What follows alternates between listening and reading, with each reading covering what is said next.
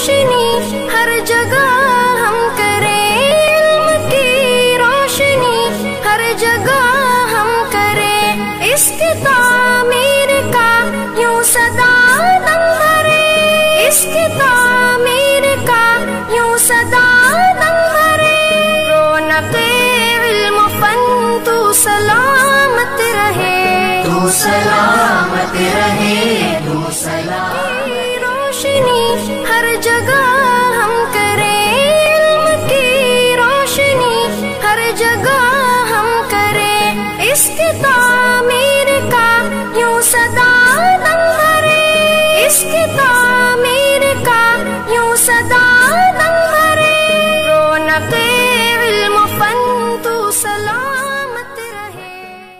आमीन। वस्सलातु वस्सलामु अला नबिय्यिल करीम व अला आलिहि व अस्हाबिहि अजमाइन, अम्मा बाद।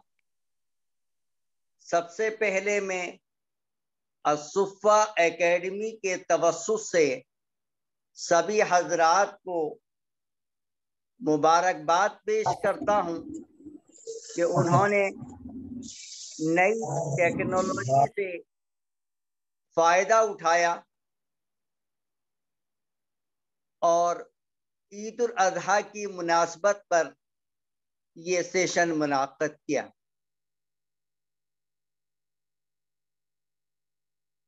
जैसा कि हम और आप अच्छी तरह से जानते हैं कि ईद उल फित्र और ईद उल अज़हा सिर्फ त्योहार ही नहीं है, बल्कि मुसलमानों के लिए दो अहम इबादतें भी हैं। ईद उल फित्र माह रमज़ान के ख़त्म होने पर यकम शव्वाल को मनाई जाती है, जबकि ईद उल अज़हा 10 ज़िलहिज्जा को मनाई जाती है। ईद उल अज़हा के दिन नमाज ईद यानी ईद उल अज़हा की नमाज से फरागत के बाद अल्लाह ताला के हुक्म की वजह से हजरत इब्राहीम और हजरत इस्माईल अलैहिमुस्सलाम की अजीम कुर्बानी की याद में आखिरी नबी हुजूर अकरम सल्लल्लाहु अलैहि वसल्लम के तरीके के मुताबिक जानवरों की कुर्बानी की जाती है। जो जानवरों की कुर्बानी से अल्लाह का तकर्रुब हासिल होना सिर्फ मजहब इस्लाम में नहीं, बल्कि दुनिया के दीगर मज़ाहिब में भी है। और हुजूर अकरम सल्लल्लाहु अलैहि वसल्लम से कब्ल दीगर अंबिया इकराम की तालीमात में भी कुर्बानी का जिक्र मिलता है। हजरत इब्राहीम अलैहिस्सलाम का अजीम वाक़या मशहूर है। हिंदू मजहब की किताबों में भी जानवरों की कुर्बानी का जिक्र मौजूद है। आइए सबसे पहले हजरत इब्राहीम और हजरत इस्माईल अलैहिस्सलाम और उनके वाक़े को याद करते हैं। ख्वातीनो हजरात, बरगुज़ीदा रसूल हजरत इब्राहीम अलैहिस्सलाम आज से तकरीबन 4000 साल कब्ल इराक में पैदा हुए। मुसलमान, ईसाई और यहूदी सब उनको अल्लाह का पैगंबर मानते हैं। बुतों से मुताल्लिक एक मशहूर वाक़े के बाद नमरूद बादशाह ने हजरत इब्राहीम अलैहिस्सलाम को आग में डाल दिया था,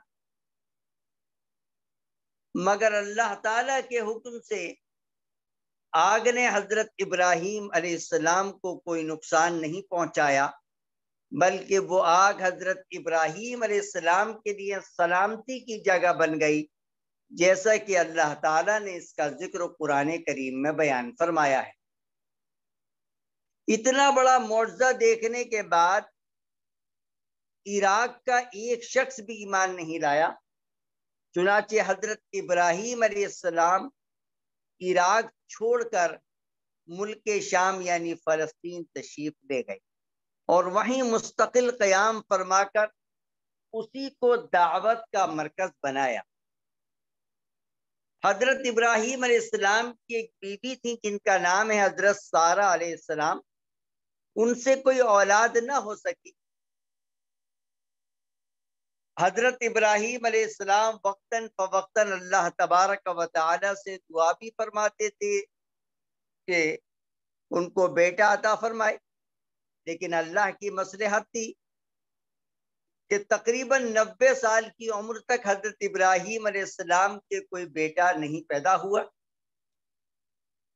تو حضرت ابراہیم علیہ السلام کا نکاح حضرت ہاجرہ علیہ السلام کے ساتھ کروا دیا گیا۔ بڑھاپے میں حضرت ہاجرہ علیہ السلام کے بطن سے حضرت اسماعیل علیہ السلام پیدا ہوئے۔ ظاہر ہے کہ 90 سال کی عمر میں بیٹے کی پیدائش ہوئی تھی، تو اس بیٹے سے بیجا محبت ہو گئی۔ اللہ تبارک و تعالی کی جانب سے حضرت ابراہیم علیہ السلام کی آزمائش شروع ہوئی۔ چنانچہ اللہ تعالیٰ کا حکم ہوا کہ بیٹے اسماعیل اور اہلیہ ہاجرہ علیہ السلام کو فلسطین کی سرزمین سے مکہ مکرمہ بیت اللہ کے قریب چھوڑ کر آ جاؤ۔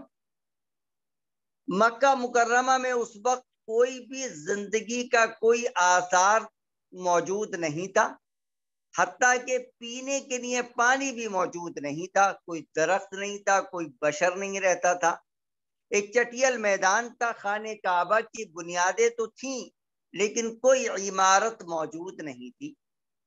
اس کے بعد ہی حضرت اسماعیل علیہ السلام لیٹے ہوئے بلبلا رہے تھے۔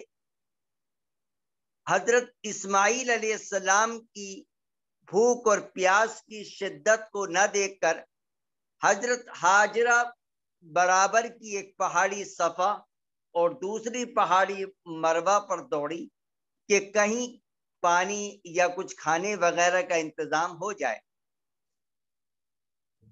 اسی وقت اللہ کے حکم سے پانی کا ایک چشمہ جاری ہوا جس کو زمزم کہا جاتا ہے۔ 4000 سال سے یہ کنواں الحمدللہ پانی مہیا کر رہا ہے، اور انشاءاللہ العزیز اللہ کی مرضی تک قیامت سے پہلے تک یہ کنواں پانی دیتا رہے گا۔ لاکھوں حجاج کرام ہر سال حج کے لیے جاتے ہیں، لاکھوں عازمین عمرے کی ادائیگی کے لیے جاتے ہیں، لاکھوں حضرات ویسے بھی پانی کا استعمال کرتے ہیں، اور کتنے لوگ اپنے گھروں کو لاتے بھی ہیں، لیکن یہ کنواں اپنے شباب پر آج بھی باقی ہے۔ اللہ تبارک و تعالی نے اس پانی کے اندر شفا کے ساتھ غذائیت بھی رکھی۔ اللہ تعالیٰ کے حکم سے حضرت ابراہیم علیہ السلام نے اپنی بیوی حضرت ہاجرہ اور بیٹے اسماعیل علیہ السلام کو جب مکے کے قریب چھوڑا تھا تو کیا فرمایا تھا، جس کو اللہ تعالیٰ نے اپنے پاک کلام میں بیان فرمایا ہے، اے ہمارے پروردگار، میں اپنی کچھ اولاد کو آپ کے حرمت والے گھر کے پاس ایک ایسی وادی میں لا بسایا ہے جس میں کوئی کھیتی نہیں۔ ہمارے پروردگار، یہ کام میں نے اس لیے کیا تیرے حکم پر تاکہ یہ نمازیں قائم کریں، نماز قائم کریں، لہذا لوگوں کے دلوں میں ان کے لیے کشش پیدا کر دیجئے اور ان کو پھلوں کا رزق عطا فرمائیے تاکہ شکر گزار بنے۔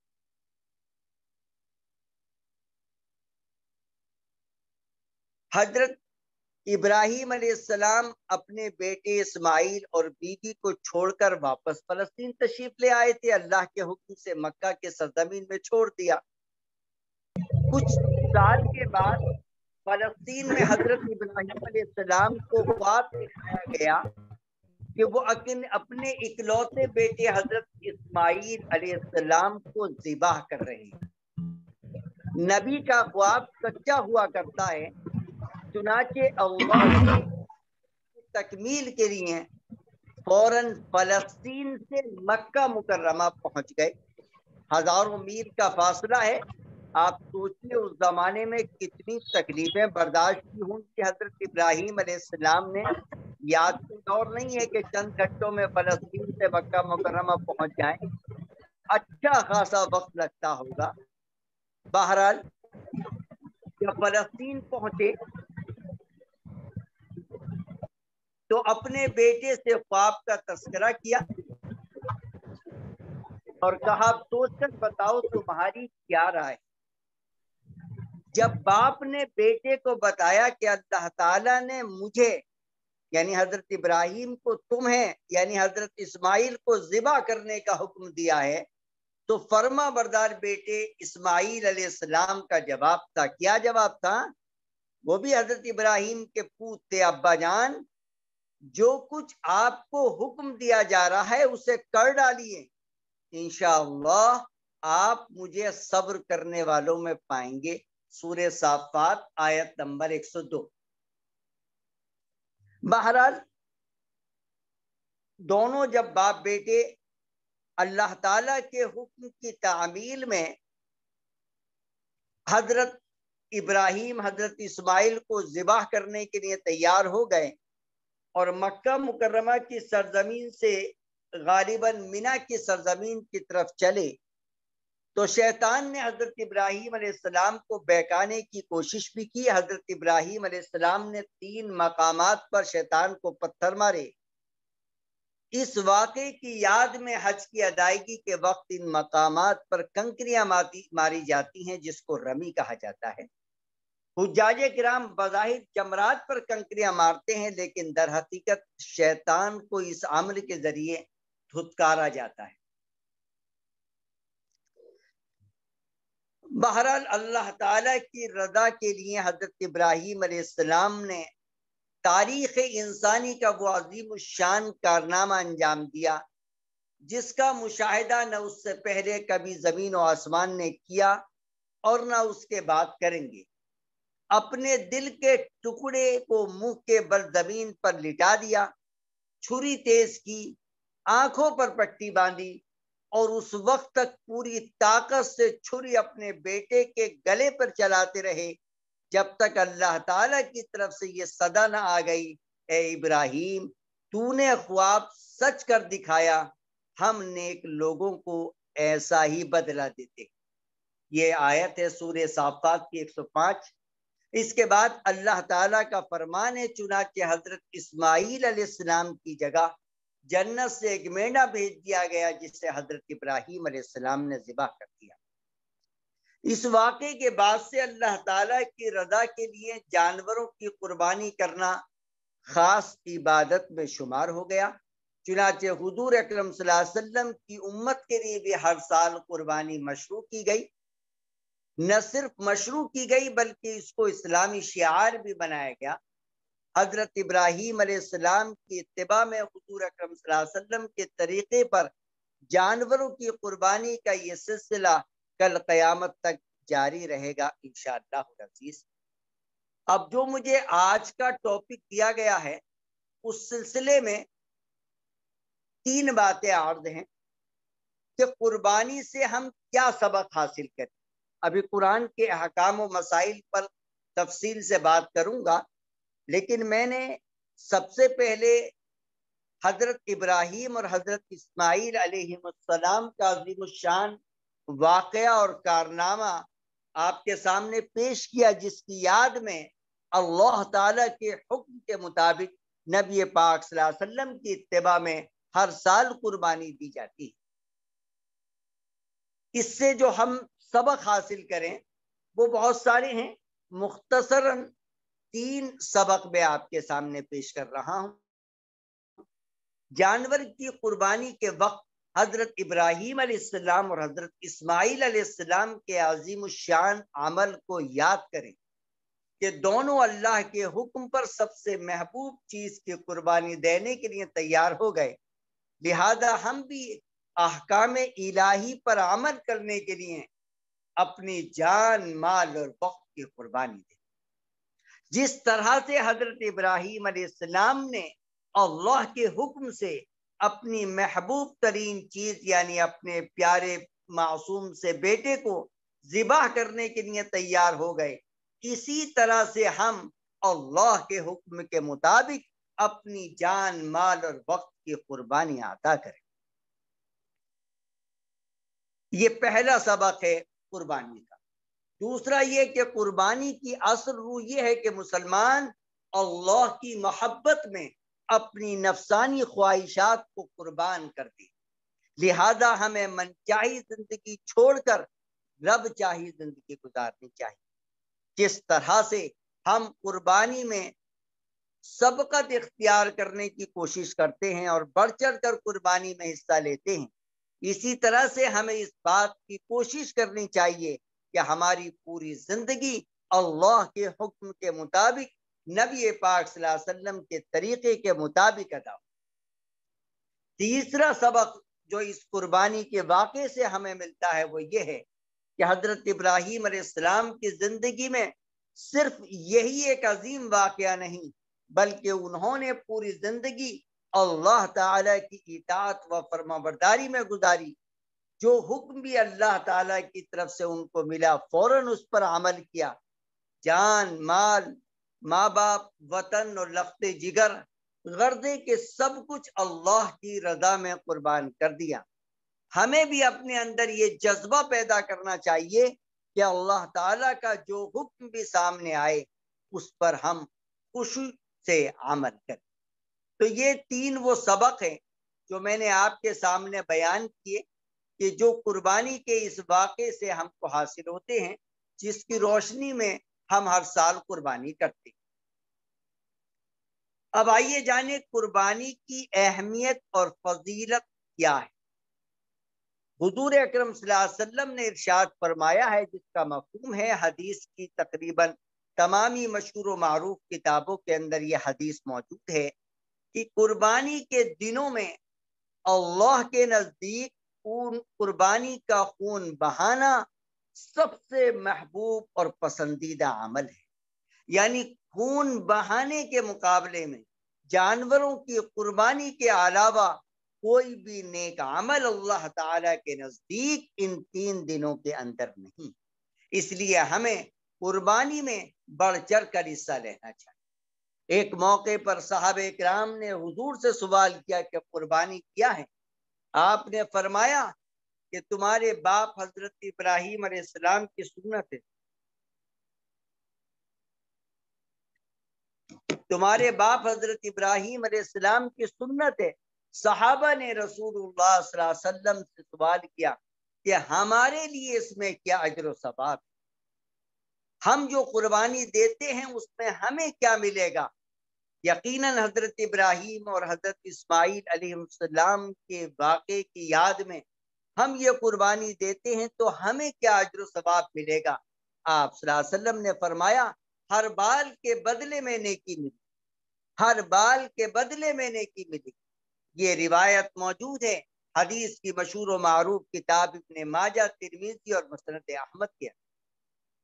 हुजूर अकरम सल्लल्लाहु अलैहि वसल्लम भी कुर्बानी के अय्याम में कुर्बानी में बढ़ चढ़ कर हिस्सा लिया करते थे। हुजूर अकरम सल्लल्लाहु अलैहि वसल्लम ने एक हज किया,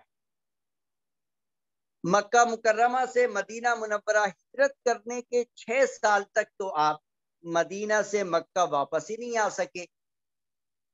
छठी हिजरी में आप मक्का उम्रे की नियत से आए, मगर उस साल उम्रे की अदायगी आप ना कर सके और हुदैबिया के मकाम से ही आपको वापस कर दिया गया।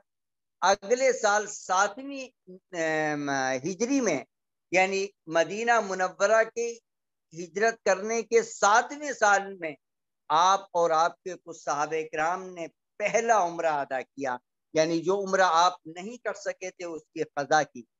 और उसके अगले साल 8 हिजरी में मक्का मुकर्रमा फतह हुआ, अभी भी हज फर्ज नहीं हुआ। 9 हिजरी को हज फर्ज हुआ। उस साल हुजूर अकरम सल्लल्लाहु अलैहि वसल्लम हज नहीं कर सके। हजरत अबू बकर सिद्दीक रज़ी अल्लाह ताला अन्हु की क़ियादत और सियादत में मुसलमानों की एक जमात ने हज अदा किया था।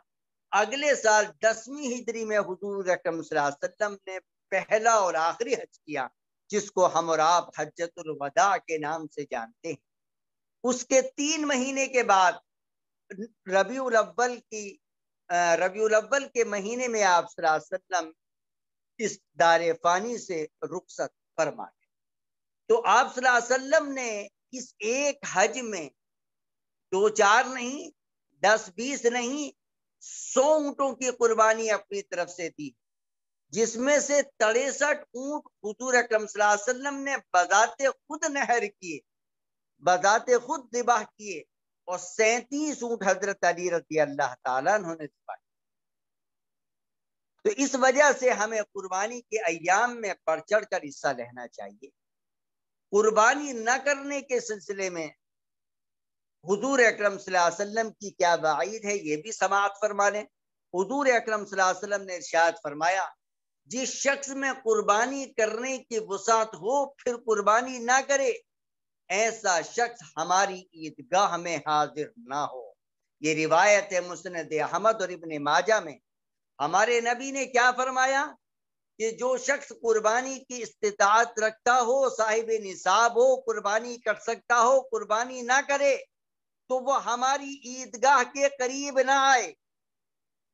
इस वजह से हमें कुर्बानी में बढ़ चढ़ कर हिस्सा लेना चाहिए। कुर्बानी का वक्त कब शुरू होता है? नमाज ईद उल अजहा के बाद से कुर्बानी का वक्त शुरू होता है और 12 जिलहिज्जा के गुरूब आफ्ताब तक रहता है।